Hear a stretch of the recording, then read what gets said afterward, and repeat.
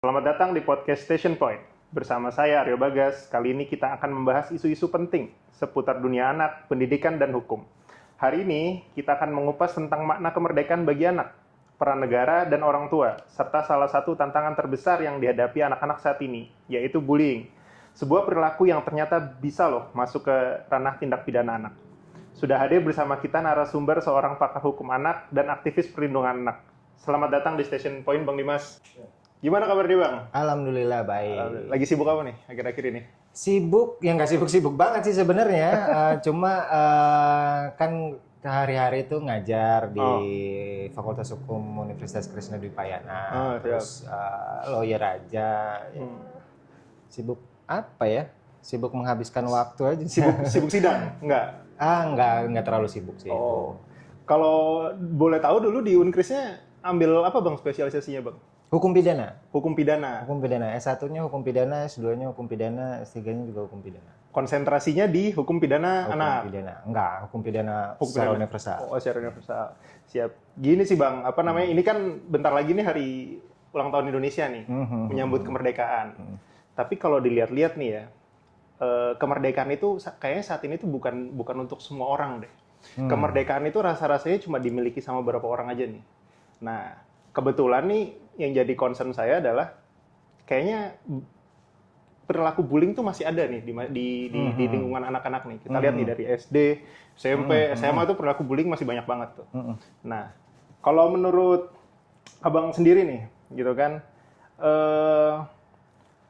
bullying itu gimana sih? Maksudnya dalam artian tindakan bullying itu apakah saat ini masyarakat apakah saat ini tuh anak muda Indonesia tuh bisa dibilang sudah merdeka gitu atau merdeka gitu dari bullying? Oke, sebelumnya dari awal dulu ya, guys. Siap. Ini terkait pengertian bullying secara konteks hukum pidana. Siap. Nah, bullying ini sebenarnya istilah asing kan, istilah bahasa asing. Kalau di Indonesia kita mengenalnya dengan tindak pidana kekerasan. Nah, khususnya kalau bullying itu nuansanya itu adalah anak-anak. Tapi perlu dicatat gini, guys. Bullying itu ada kriteria, gitu. Bullying secara universal itu bukan hanya menyangkut terhadap anak-anak, tapi bullying adalah tindakan kekerasan yang konsepnya berulang dan biasanya itu ada kaitannya dengan relasi kuasa. Misal contoh, dia merasa lebih kuat dan dia menganggap kawannya atau lawan bicaranya itu di bawah dia secara fisik gitu. Nah, dia mengeksploitasi gap itu tuh secara berulang. Ada ritmenya tuh terus-terusan. Nah, itu bullying tuh. Contohnya misalnya dia dipukul, sekali dipukul kekerasan. 2-3 kali itu bullying. Contoh lagi ejekan. Betul. Ejekan misal contoh mohon maaf, misalnya suara lu jelek gitu misalnya. Sekali penghinaan, 2-3 kali bullying itu namanya. Nah, itu konsep yang bullying secara universal. Nah, itu yang menjadi problematika yang dihadapi sama anak-anak. Walaupun secara umum nggak cuma anak-anak. Kadang-kadang orang-orang dewasa juga masih terkena bullying dari orang-orang sekitar tanpa kita tahu. Terlebih di zaman media sosial. Contohnya kayak kita upload something di media sosial, komen yang terus berulang, nah itu termasuk bullying itu. Nah, terlebih kalau misalnya orang dewasa kan mungkin bisa lah mengendalikan bahasanya tuh ketikannya gitu ya, komentarnya gitu, Bang ya. Tapi kan kalau anak-anak kan kalau misalnya dia nggak punya basic pengetahuan yang disampaikan oleh orang tua, oleh sekolah, oleh yang lain. Nah, itu yang menjadi bahaya tuh di situ. Nah, tapi tuh, Bang, menarik tuh tadi kalau kita bahas kayak komentar sosial media, terus juga itu kan rata-rata tuh ya, Bang ya, rata-rata ya, yang ini berdasarkan subjektivitas gue pribadi nih, pengalaman gitu kan. Kalau gue ngeliat komen sosmed tuh, Bang, itu rata-rata kayaknya nih komentarnya kayaknya masih anak-anak kecil gitu deh, Bang. Iya kan, kayaknya kalimatnya kasar, kalimatnya cenderung ofensif gitu, Bang. Nah, kalau menurut lu sendiri nih, Bang, sebetulnya ada nggak ya, kok apa ya? Maksudnya harusnya tuh orang tua tuh ngasih kontrol gitu bang ke ke anak-anak gitu. Sosial media kan kan teknologi sosial media kan sekarang udah ada tuh yang apa namanya orang tua bisa kontrol gitu kan. Iya, iya, iya. Nah, tapi kan itu saya rasa nggak cukup bang, karena kan apa namanya orang tua itu harus aktif tuh, ya kan, untuk memberikan pendidikan perilaku terhadap anak, terutama di rumah gitu. Nah, menurut Bang Dimas sendiri nih, treatment apa yang harus diberikan orang tua gitu supaya anak itu terhindar dari perilaku bullying, baik sebagai pelaku maupun sebagai korban, coba? Ya, gini. Pertama kita bahas dulu teknologinya ya. Teknologi itu kan suatu apa sih ya, kemajuan peradaban ya, dan itu hal yang penting sebenarnya. Dulu kita kalau ngetik aja katakanlah, kalau ngetik kan yang mesin ketik yang bunyi tak tok gitu tuh kan, dan apa sih namanya, perlu tinta, perlu kertas, dan kalau misalnya salah itu kan ulang kertasnya gitu kan. Nah, sekarang kan teknologinya udah beda gitu kan, dan itu sangat membantu banget gitu kan. Sekarang itu zamannya media sosial kan termasuk teknologi juga. Nah, ini yang perlu orang tua pahami bahwa teknologi itu penting, tapi untuk anak-anak ya. Teknologi penting untuk anak-anak, tapi harus dibarengi dengan knowledge terkait sama teknologi itu, gitu kan. Bagaimana cara menggunakannya? Nah, peruntukannya untuk apa, gitu. Di samping itu, hal yang paling penting juga adalah etika dia bersosialisasi. Ketika basic itu sudah kuat, gitu kan, itu akan kebawa ketika anak-anak memainkan media sosialnya, gitu kan. Kalau misalnya tadi Bagas bilang ketikannya kayak anak kecil, gitu kan. Nah, sementara kalau di media sosial kita kan nggak tahu ketikan ini orangnya umur berapa sih sebenarnya. Betul. Kadang orang dewasa juga kayak anak kecil kok sikap. Oh iya betul, ya kan? betul. Gitu. Nah itu yang menjadi permasalahan semua ya orang tua ya. Pemberian apa sih namanya, edukasi sedari dini terkait teknologi kepada anak. Gitu. Kayak gini, sorry guys, kayak pisau aja. Pisau kan kalau misalnya kita gunakan untuk motong daging, motong apa, kita kan jadi berguna. Tapi kan pisau juga bisa digunakan untuk menusuk orang. Betul. Nah, itu kayak gitu. Terus juga tuh bang, kan banyak nih, maksudnya dalam artian orang tua itu kadang-kadang udah terlalu sibuk sama pekerjaannya kah. Nah ya kan, terus sehingga juga anak tuh nggak dapat perhatian. Mungkin cara mereka mendapatkan perhatian itu dari sosmed itu kali ya, komentar-komentar kasar, terus mereka jadi dapat atensi atau perhatian. Ada kecenderungan gitu. Orang tua ngasih gadget ke anak itu supaya dia nggak repot. Nah iya betul. Gitu kan, daripada apa namanya rewel gitu kan, dikasih aja nonton video terus dia orang tuanya ngapain. Nah itu yang menjadi suatu kesalahan bahwa tindakan perilaku seperti itu tidak dibarengi sama basic knowledge untuk si anak. Gitu. Betul. Nah, tapi kalau misalnya kayak gitu nih bang, kan kita selalu menggaung-gaungkan negara kita sudah merdeka. Nah, tapi di satu sisi rasa-rasanya kita tuh belum merdeka tuh dari sisi emosi maupun dari sisi apa namanya, dari sisi emosi lah, terus dari kebebasan berpendapat juga kadang-kadang kita belum bisa dianggap merdeka gitu, bang. Nah, kembali lagi ke fokus utama kita yaitu bullying nih, bang. Sebetulnya bagaimana sih merdeka dari, maksudnya bagaimana sih peran negara gitu untuk memerdekakan masyarakatnya dari bullying gitu. Kira-kira apa yang bisa dilakukan nih bang sama Oke. dari negara gitu, bang? Ya, ini konteksnya anak ya guys ya.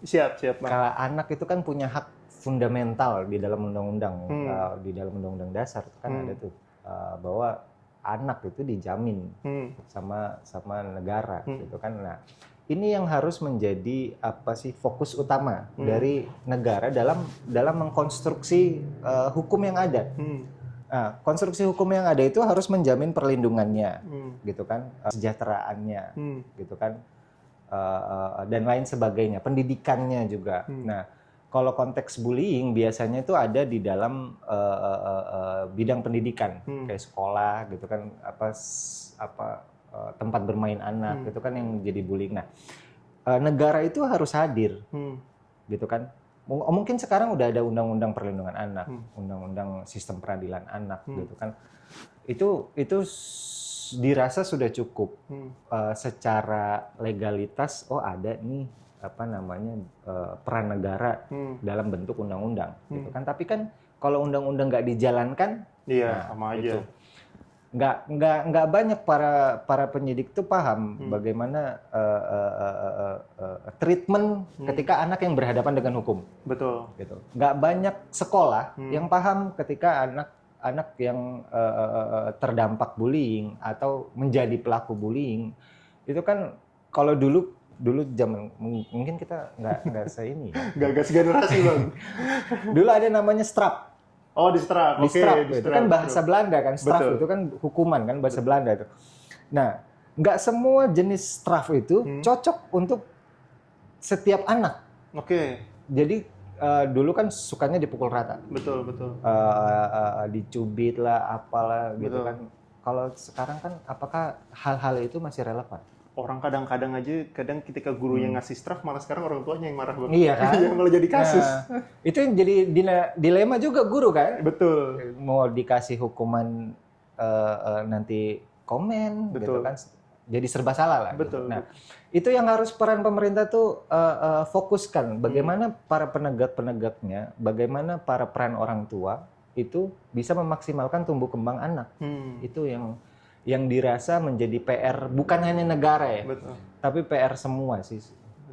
Sekarang kan kalau kita bicara negara tuh Bang, berarti kita nggak lengkap rasanya kalau kita nggak ngebahas dari sektor yang paling dasarnya dulu nih, jadi sekolah nih gitu kan. Kadang-kadang tuh Bang, ini sharing ya, zaman saya dulu tuh Bang, kadang mungkin saya masih ngerasain yang namanya guru itu ngasih strap, atau misalnya guru itu kadang-kadang ngasih ngasih kalimat-kalimat keras lah gitu, teguran-teguran keras gitu masih ngerasa. Tapi kan sekarang tuh saya lihat tuh kayaknya lebih sensitif ya. Guru itu maksudnya orang tua itu sekarang lebih protektif terhadap anaknya gitu. Kalau guru ngasih strap sekarang orang tuanya tersinggung atau gimana. Nah, sekarang Bang, kalau menurut Bang Dimas sendiri nih gitu. Guru itu harus seperti apa sih? Maksudnya dalam artian peran negara dalam melindungi tugas guru dari sisi hukumnya gitu, supaya supaya guru itu juga ketika dia mendidik akhlak dan moralnya si siswa ini juga jadinya percaya diri, karena dia tuh ngerasa saya ini loh ada dasar undang-undangnya gitu loh. Paham. Jadi gini guys, sebelum kita ngomong lebih lanjut, emang ini kita sepakat bahwa ini menjadi dilema dunia pendidikan sekarang. Guru cenderung takut untuk memberikan pembelajaran secara maksimal sesuai dengan kriteria yang sekolah terapkan, gitu kan. Tapi pengen nanya gini guys. Siapa? Bayangin kalau Bagas lagi nonton TV, pegang remote, ya kan. Terus Bagas mau ganti channel misalnya. Terus pas dipencet, katakanlah pengen pencet nomor 7. Terus Bagas pencet nomor 7, terus nggak keganti nomor 7. Okay. Apa yang Bagas lakukan? Agak emosi sih. Ya, apa yang Bagas lakukan? Iniin remote yang ngetok-ngetok remote-nya. Gitu kan? Iya. Kalau misalnya pertanyaannya gini, emang kalau diketok-ketok remote-nya, remote-nya bakal bener lagi? Enggak juga sih. Harusnya gimana? Harusnya diperbaiki. Iya loh, iya nggak sih, diperbaiki kan? Tapi kenapa tetap Bagas ketok? Iya juga ya, kenapa ya? Gemes gitu Bang, atau kesel kali ya, emosi. Sometimes kita pencet 7, kita ketok, keganti itu 7. Oh ya kan? Iya juga, benar. Tapi apakah itu menyelesaikan masalah? Enggak. Nah, mungkin itu apa namanya konsep yang harus guru-guru pahami ya.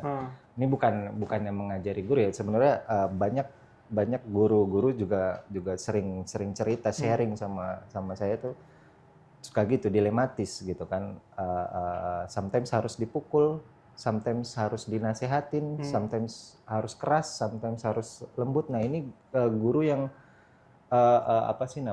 harus punya kemampuan itu. Karena gini, ini bukan analogi, ini pengumpamaan secara logika aja. Kalau kita ketok berhasil, gitu kan, someday itu remote rusak. Iya benar sih. gitu kan? Benar. Kenapa kita nggak berpikir, oh mungkin baterainya rusak, oh mungkin baterainya habis. Hmm. Kenapa nggak kita pelan-pelan buka baterainya, kita beli baterai baru, kita masukin lagi. Hmm. Kalau misalnya tetap nggak bisa, gitu kan? Kenapa nggak kepikiran kita bawa ke tukang remote? Kalau misalnya dinasihatin nggak bisa, dikerasin nggak bisa, berarti kan kekurangan apa sih namanya, keahlian untuk menyentuh apa yang anak butuhkan. Sama kayak kita kan nggak paham remote. Betul. Bagas paham remote. Nggak paham. Ya kan? Nggak paham. Kenapa kita nggak bawa ke tukang remote aja? Oh iya, gitu. iya. Berarti sebetulnya kalau saya coba ini Bang, saya coba memahami ya. Berarti harusnya guru itu nggak bisa memberikan tindakan pukul rata ya terhadap setiap anak ya. Berarti setiap anak yang datang dengan emosinya, terus dengan kepribadiannya itu sebetulnya punya background yang unik juga masing-masing ya. Oh iya, karena gini, tadi menyambung ke peran orang tua begini Bagas. Kalau ada beberapa anak itu ada tumbuh besar di lingkungan keluarga yang kalau misalnya berkomunikasi nggak bisa dengan suara pelan. Oke, ya benar. Nah, karena di rumahnya biasa seperti itu, betul. Kebawa lah dalam apa sih namanya, dalam pergaulannya dia, jadi ngomongnya suka keras. Betul, gitu kan. betul. Atau sederhana gini, nyuruhnya bener nih, belajar misalnya, atau enggak, kalau belajar mandi deh. Kan ada jenis, bukan jenis ya, ada tipe, tipe orang tua karakter yang karakter lah ya. Mandi gitu kan. Oke. Gitu.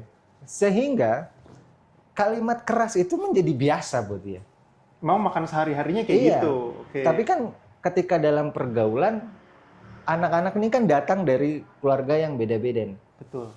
Gitu kan? Betul. Nah, itu yang menjadi faktor pengaruh yang membawa ada bullying di sekolah. Nah, ini apa namanya menjadi PR besar bagi apa namanya dunia pendidikan gitu, khususnya sekolah gitu.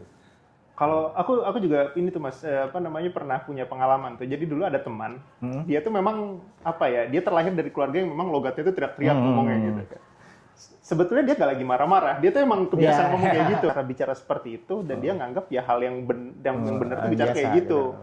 Sehingga ketika ucapannya itu teriak-teriak terus terdengar keras gitu ya.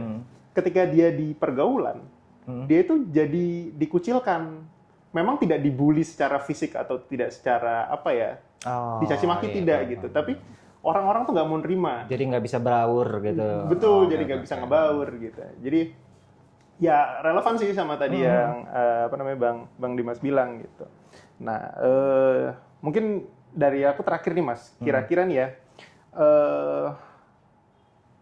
apa yang harus dilakukan nih sama anak-anak Indonesia nih, terutama generasi muda kita nih, untuk merasa benar-benar bisa bebas gitu Mas, maksudnya merdeka gitu, dalam artian dia bisa merdeka berpendapat, terus dia bisa juga apa namanya merdeka untuk berpikir gitu, karena kita tahu kan di Indonesia ini kadang kalau kita terlalu bebas berpikir, kita terlalu merdeka dalam berpikir itu kadang kan belum tentu bisa diterima tuh, karena bentrok sama adab dan budaya yang ada di masyarakat tuh Mas. Kira-kira menurut Bang Dimas gimana tuh Mas? Jadi begini Mas, kalau misalnya bicara itu bicara secara kompleks, komprehensif gitu kan. Itu peran negara, peran sekolah, peran orang tua, peran masyarakat sekitar. Tapi begini, saya pengen nyampein begini Mas. Indonesia tuh nggak usah deh mimpi apa pergi ke bulan atau menjadi negara maju secara perekonomian, secara apa itu kita nggak usah mimpi deh kalau misalnya kasus-kasus bullying ini tidak terselesaikan dengan baik. Karena gini, ketika kasus bullying tidak terselesaikan dengan baik, ketika kasus bullying itu makin marak, itu artinya ada permasalahan di mental. Nah, itu yang harus diperbaiki dari keseluruhan. Ini bukan kita nggak bisa. Ketika ada kasus bullying, kita nggak bisa nyalain sekolah aja. Kita nggak bisa nyalain orang tua aja, atau kita nggak bisa nyalain pemerintah aja. Nah, ini perlu apa sih namanya? Perlu kerjasama antara semuanya dan harus negara ini pimpin benar-benar kalau misalnya negara ini menganggap anak adalah masa depan bangsa, maka negara ini harus concern kepada tumbuh kembang anak-anak di Indonesia. Berarti kalau aku coba rangkum, sebetulnya perilaku bullying ini bukan merupakan tanggung jawab satu ataupun dua Nggak pihak, bisa. melainkan semua pihak itu harusnya Iya. terlibat gitu Mas ya. Iya. Gitu. Oke, itu dia. Ya udah, Sip. thank you Mas waktunya Thank nih. you, Bagas. Udah Sampai ketemu nih. lagi. Siap. Semoga ilmunya bisa kepake nih, Amin.